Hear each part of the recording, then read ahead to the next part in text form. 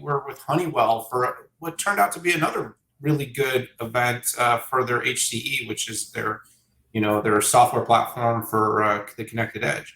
Yeah, I mean, I was all in on this event, Daniel. I had a conversation with Kevin Dehoff, Honeywell president and CEO, on what he wanted to accomplish with the event, and I wrote a Forbes article on it, and you can see that in the show notes.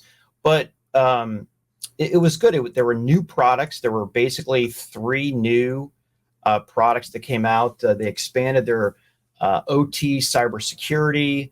They brought out Honeywell Forge Performance Plus for industrial customers, and I view that as an EPM play, and a sustainability service.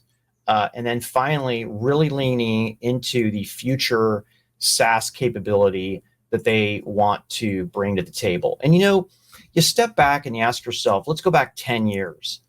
We did one of the first white papers on segmenting the Internet of Things, and we had the industrial Internet of Things, then we had the human Internet of Things, and of course we did a 4-quadrant analysis of different workloads and use cases and talked about what it took to win.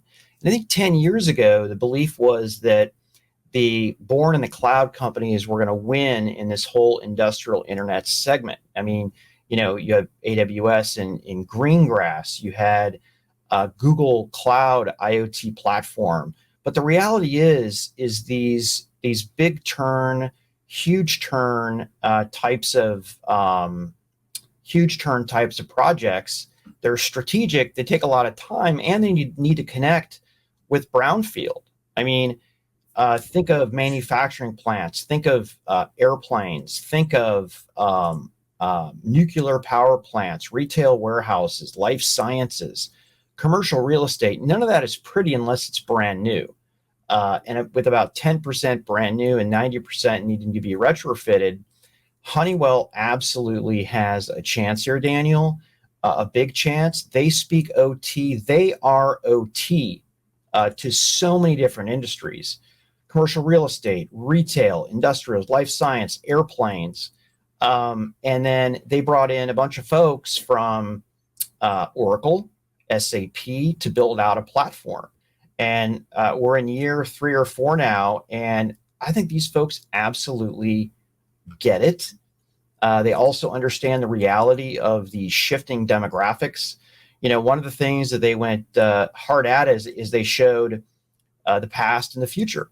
In the past, they had a middle-aged guy, white guy with a hard hat on, saying 30-year expert, gut feel, right, with a clipboard.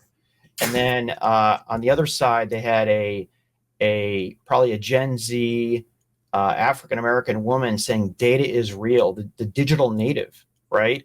And they can't get people to come and work these jobs, right? So the whole thought here is, if you have a ton of sensors, collect all that data, you can literally do a lot of this control from your smartphone or a tablet. It was all about attracting the digital superheroes, right?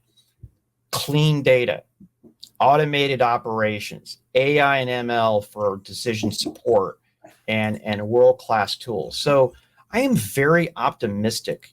They had a lot of great people either on stage too. They had Infosys. They had Jen Felch, who was a guest of the 6.5 on.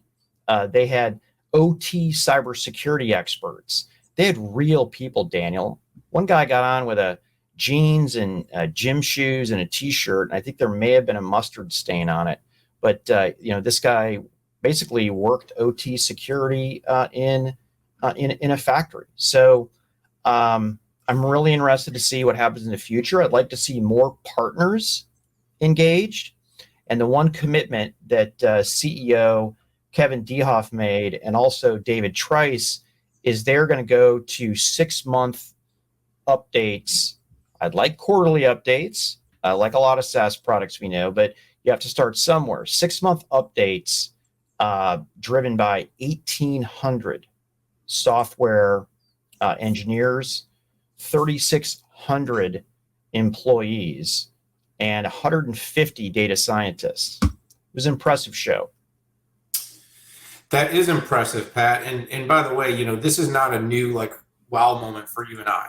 We've been following this. We've been working with Honeywell through its evolution of Forge. We've had their not only the CEO of HCE, but the CEO of Honeywell, Darius Adamczyk, on our 6.5 Summit multiple times. We've kind of had this like, hey, world, this is not just a industrial company. This is a technology company, whether it's building technologies to provide and enable real meaningful ESG, like clean fuel, or technologies to actually monitor the fact that the edge, we talk so much about the edge and how big it is. All that data coming off the edge isn't really managed by traditional IT.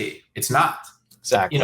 Some of that data does make it back to the data center, but most of it lives outside the data center. That could be manufacturing, that could be an office building, that could be a multi-dwelling unit in a community, that could be a government, rail system. I mean, all those things have data, and Honeywell is one of those companies that's well positioned to capitalize on that opportunity. That's what happened here. That's what you're hearing about. That's the evolution. And watch for companies like Dell, like HPE, like Cisco, the ones we've been talking about on this show, are going to be doubling down on partnerships with companies like Honeywell to find a way to bridge the gap. And again, not new, just something that really hasn't fully been realized this early on, because despite the fact that we act like IoT and IT-OT convergence has really happened in a meaningful way, it's still early innings. It looks a little bit like the cloud. We talk about things like they're done, but in so many ways, it's just starting.